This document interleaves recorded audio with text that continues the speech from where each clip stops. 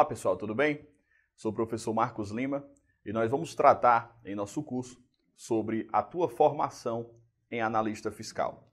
Nós trataremos especificamente no que tange à escrituração fiscal no seu modelo teórico, no seu modelo tributário da coisa, e trataremos também a parte prática da situação, uma escrituração fiscal, uma apuração tributária e, por fim, trataremos também da auditoria digital.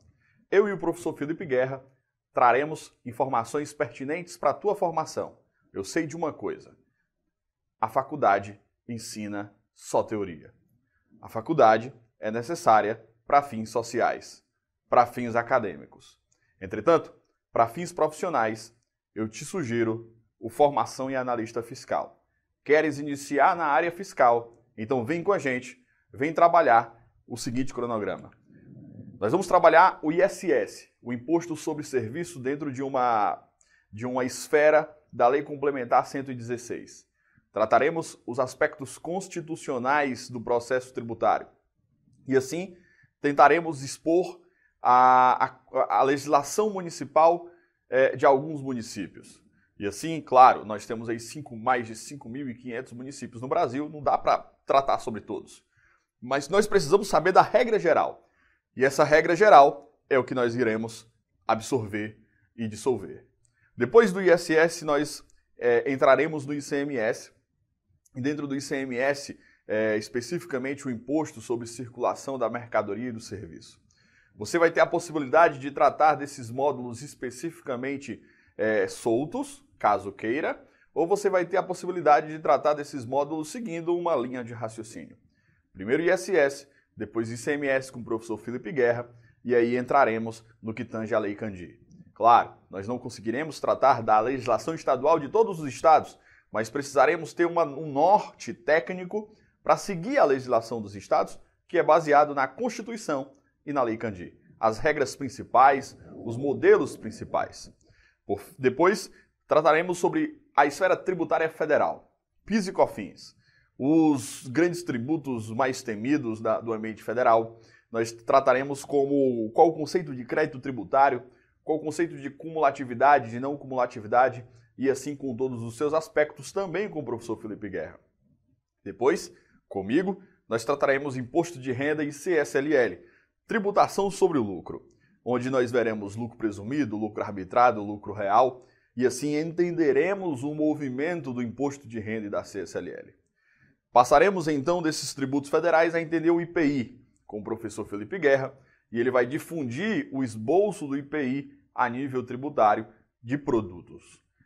Depois, passaremos pelo Simples Nacional e comigo retornamos, então, para tratar sobre a Lei Complementar 155, as novas regras do Simples Nacional, que está deixando todo mundo meio que não sabendo o que fazer, e aí conseguiremos difundir um modelo muito técnico para sabermos como nós iremos encantar os números a nível de cálculo do Simples Nacional. Passaremos para o IOF também comigo, e o IOF é uma tributação que pouca gente entende, pouca gente sabe fazer. E aí trataremos sobre contratos de mútuos, empréstimos, financiamentos e a incidência do IOF no que tange ao regulamento do IOF. Faremos as retenções na fonte. Opa, isso é muito importante entender de retenções tributárias.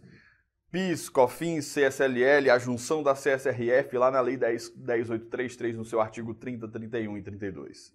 Passaremos para o artigo 647 também do regulamento do imposto de renda a nível de retenção do imposto de renda retido na fonte. E encerraremos com cruzamentos fiscais a nível de auditoria digital. E esse é o módulo em que eu e o professor Felipe Guerra traremos parte teórica com o professor Felipe Guerra e parte prática comigo, fazendo casos práticos de auditoria digital, baseado em toda a técnica dos tributos federais, onde nós encerraremos com cruzamentos das informações fiscais. Eu quero trazer para você agora, nesse momento, depois dessa introdução a nível de saber o que nós vamos estudar, a primeira parte que é essa aula para te beneficiar, para fazer com que você entenda, caso não tenha conhecimento jurídico, que é necessário entender para que todos os tributos possam ser cumpridos e executados da melhor forma, nós precisamos seguir uma hierarquia jurídica. E essa hierarquia jurídica, ela trata primeiro com a pirâmide jurídica. Lá na pirâmide jurídica, vamos ver agora, nós temos vários topos. Nós temos a Constituição e emendas à Constituição, ou seja, esse tópico nós passamos a difundir aspectos específicos relativamente à Constituição Federal, ou seja, a Carta Magna de 1988. E esse processo trabalha posteriormente a lei complementar ou ordinária ou delegada. Ou seja, todas as leis complementares, ordinárias ou delegadas respeitam necessariamente a Constituição.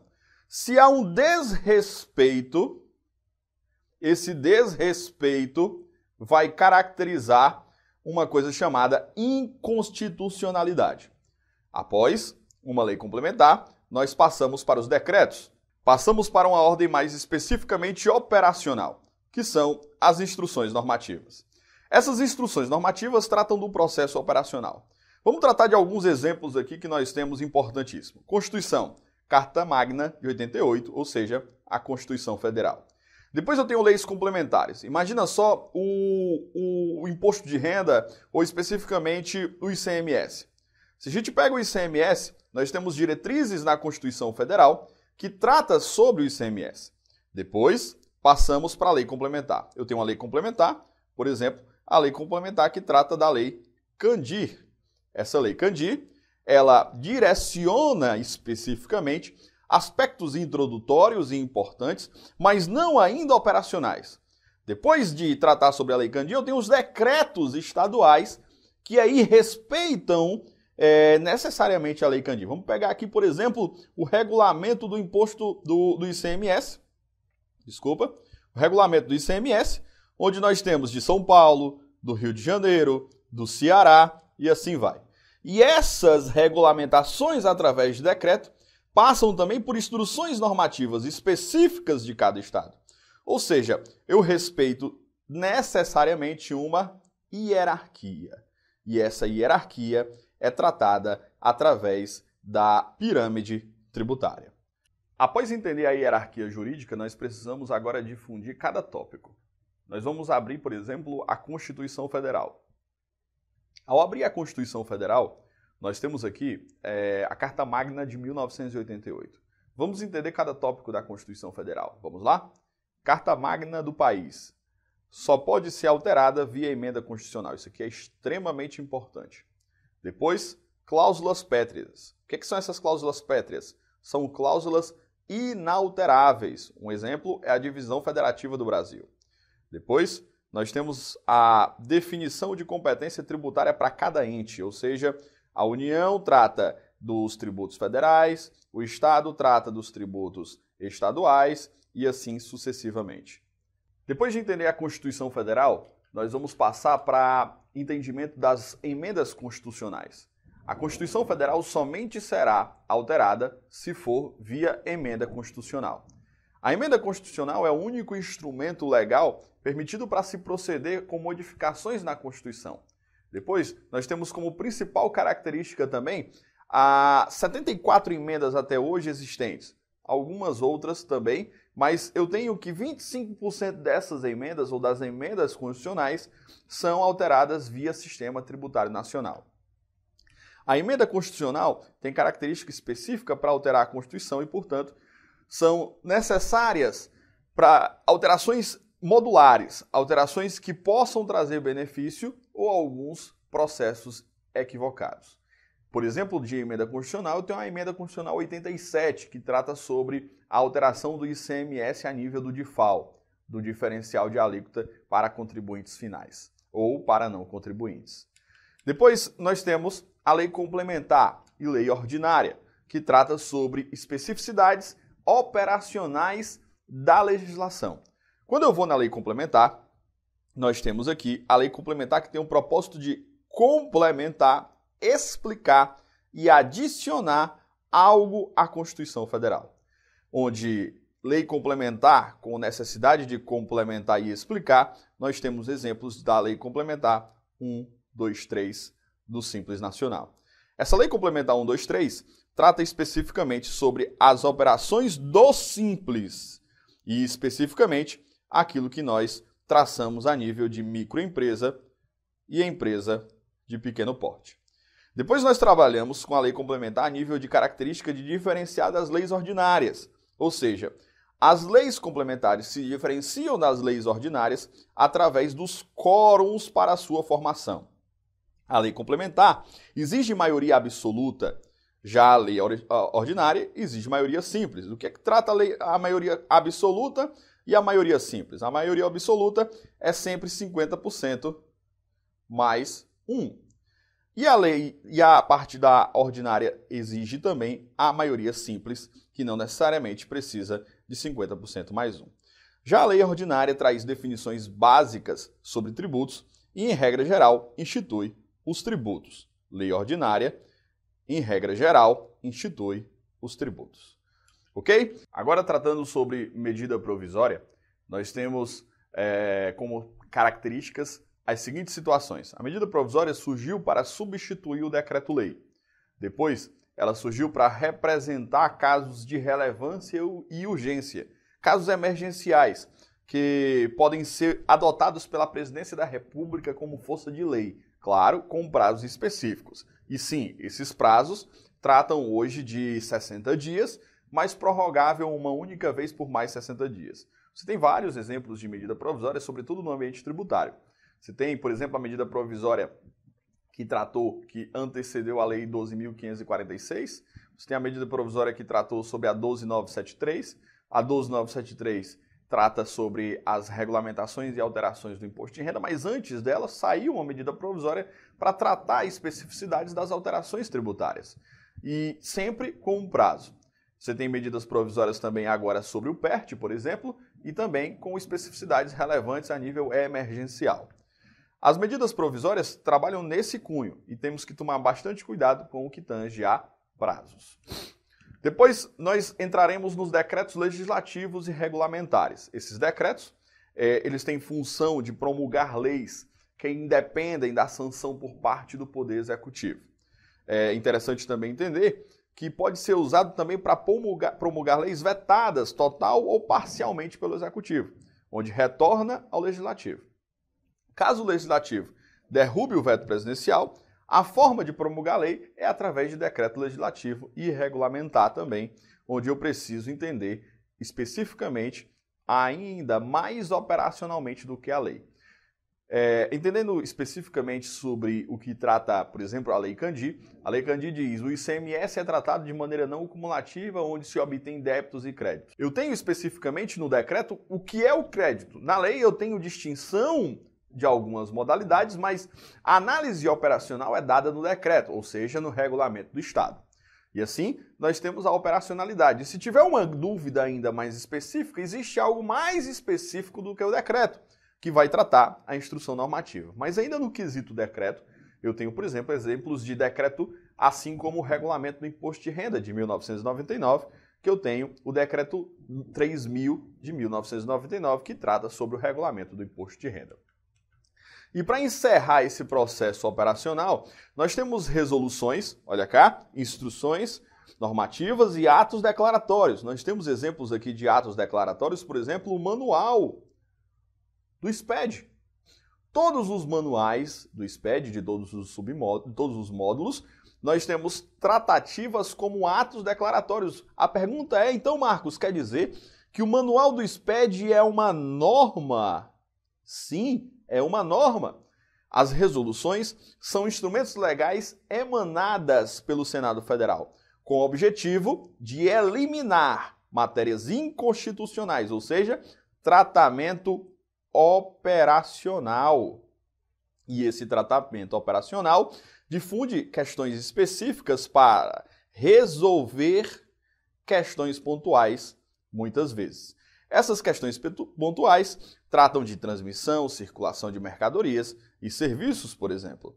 A instrução normativa também detalha melhor a lei, ela traz especificidades através da lei dar um direcionamento operacional para o sentido da normativa. O ato declaratório tem a função também, como eu disse, através do manual, de interpretar pontos obscuros dos instrumentos legais. E aí, especificidades de desenvolvimento, de programação, o manual, por exemplo, traz especificamente como isso vai funcionar. Bom, a hierarquia jurídica, ela trata também de um ponto em que eu preciso seguir aquela constitucionalidade, aquele rito jurídico. E para isso, nós precisamos necessariamente entender o conceito de tributo. Qual o conceito de tributo para você? Bom, tributo não necessariamente é aquilo que eu devo pagar para o fisco para que ele possa desenvolver para mim uma contrapartida, mas eu preciso entender qual é a essência da sua definição. A essência da sua definição é isso que nós vamos ver agora, artigo 3º do Código Tributário Nacional.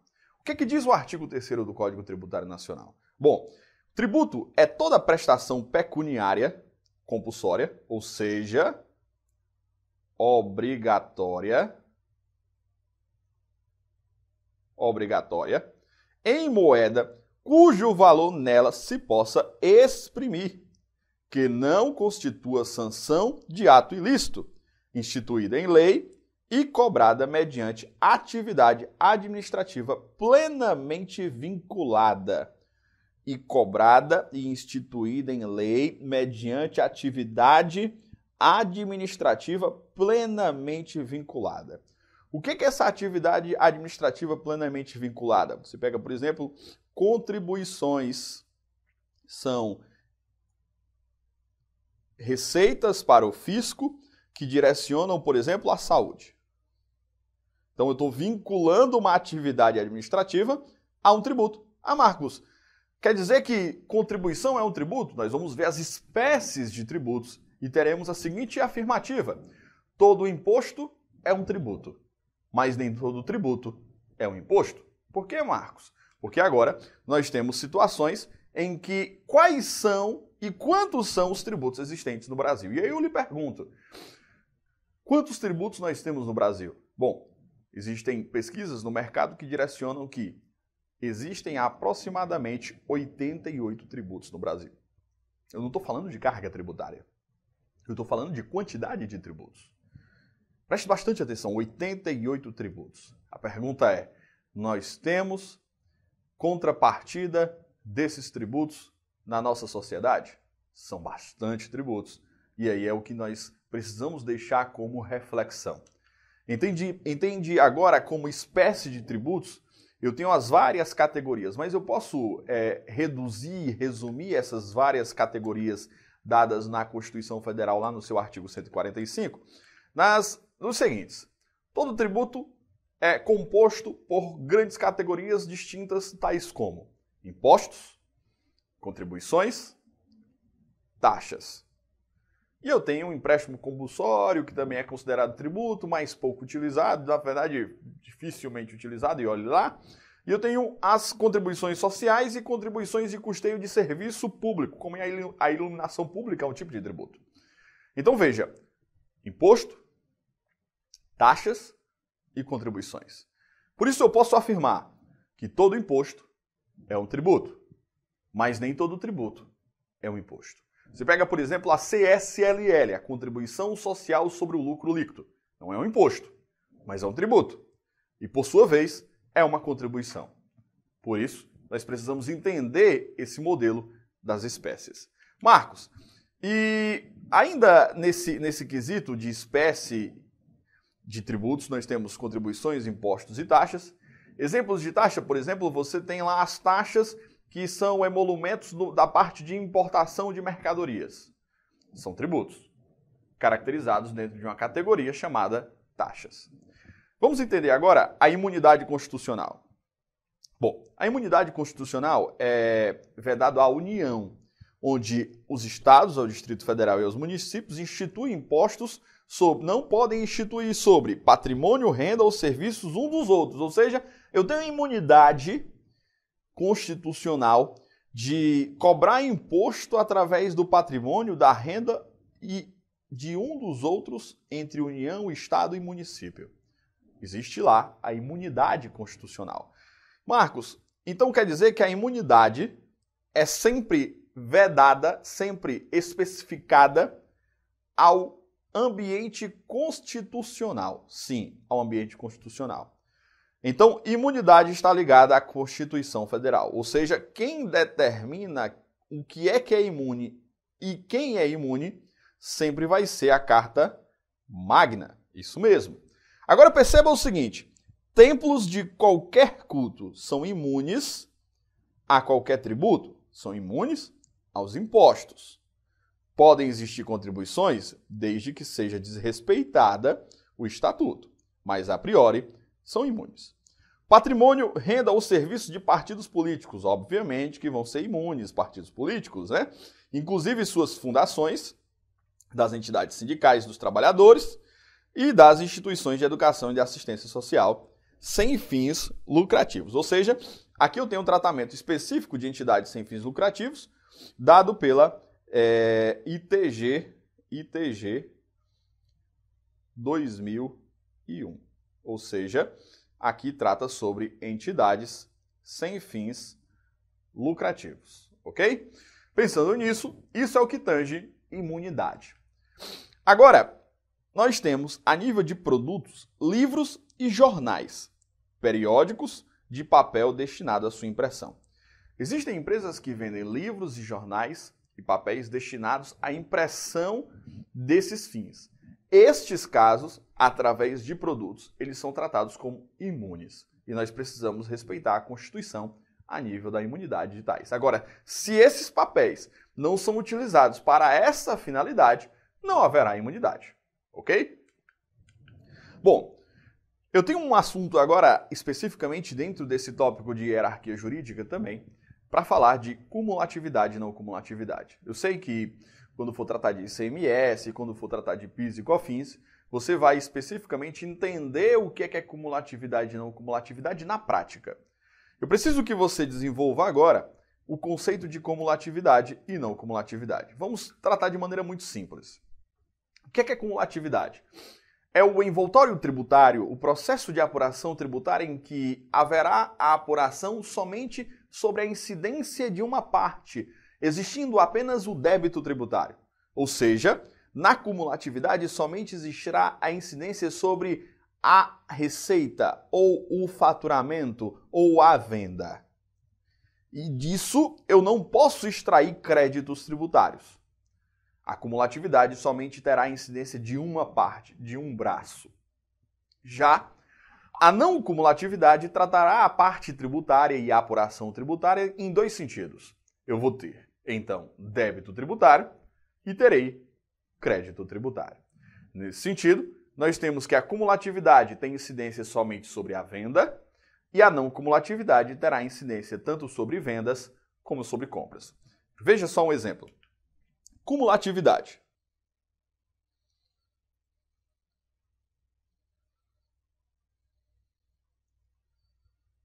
Perceba, eu tenho faturamento vezes a alíquota tributária igual ao débito. Eu não posso, nesse modelo, extrair um crédito.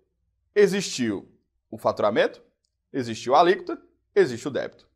Agora vamos para a não cumulatividade.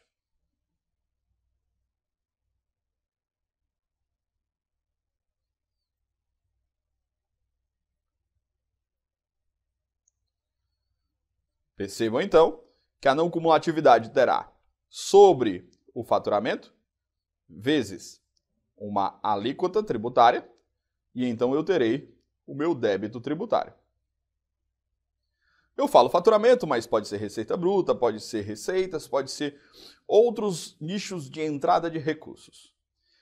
E depois teremos, deduzindo, compras, e aí respeitando regras específicas para cada tributo, nós temos compras vezes alíquotas, e então teremos o meu crédito tributário. Então, débito menos crédito, nós teremos o valor a recolher ou o valor a recuperar. Ou seja, nós temos aqui, na não cumulatividade, uma apuração mais rebuscada, uma apuração mais específica, mais além da normalidade do que traz a cumulatividade. Então, em resumo, cumulatividade débito tributário. Não cumulatividade, existência de uma apuração entre débito e crédito tributário. Ok? Bom, em resumo, os principais impostos são da União: PIS, COFINS, Imposto de Renda, CSLL, IPI, Imposto de Importação, Imposto de Exportação, ITR.